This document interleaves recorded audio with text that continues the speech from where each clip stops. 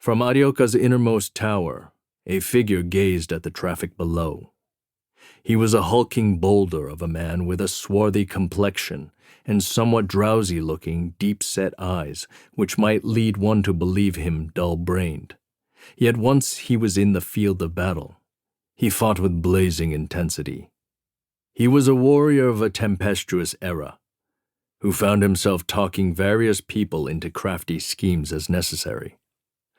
A man in his mid-40s, he was considered a great hero of the age, and as the lord of Arioka Castle, he had been assigned the lordship of Setsu by the Oda clan. He was Araki Murashige. The sound of footsteps coming up the stairs. The watchmen braced themselves. The warrior who arrived went down on his knees behind Murashige. "I come bearing news, your lordship," he said, his voice throaty and hoarse. "An emissary who claims to be with the Oda has appeared." For a short while, Murashige said nothing. What number of envoys did this make?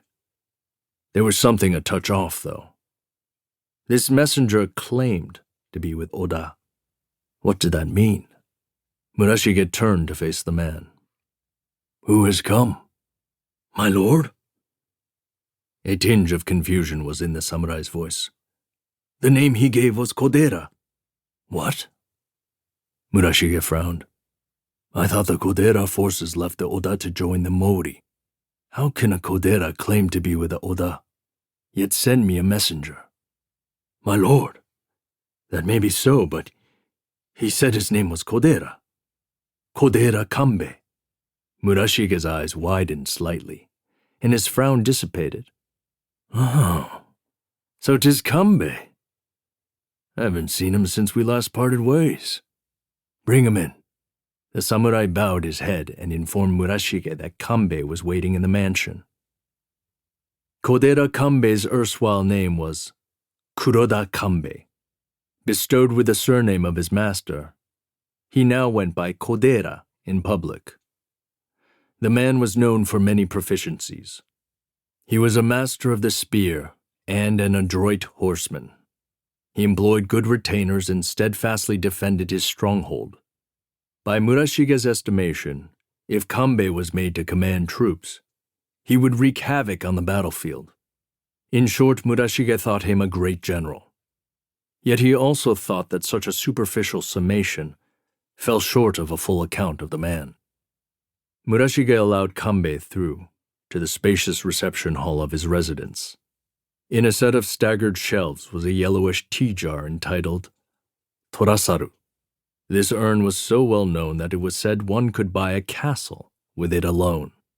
Having it in the room was a sign of respect for Kanbei on Murashige's part. Murashige bade an attendant open the sliding screen door before entering the room. Kanbei was sitting cross-legged, with his fists to the floor, prostrating himself deeply.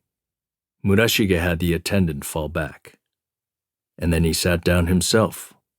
"Raise your head." "Yes," Kanbei replied, shifting to comply. As Kanbei was now past age 30, he could no longer be called a young warrior. Yet he didn't look his years, and his countenance was easy on the eyes. His lips were firmly drawn, yet there was a whisper of a smile there, and his slender physique could even be described as meek. However, Murashige knew that this man with such delicate features was the most cunning individual in Harima province. He had induced the Kodera clan to ally with the Oda. "Pray allow me to express my sincerest gratitude at being granted the honor of this audience." Kanbei's voice carried far. By contrast, Murashige's voice was invariably somewhat leaden. "'Tis been a while, has it not, Kanbei?" "Indeed, your lordship." These two had fought side by side in the past. Murashige was the head of the Araki clan, while Kanbei was nothing more than a vassal of the Kodera clan. But although there was a gap between them with regard to status, Murashige nonetheless spoke to Kanbei often, and that was because he could tell Kanbei was no ordinary man.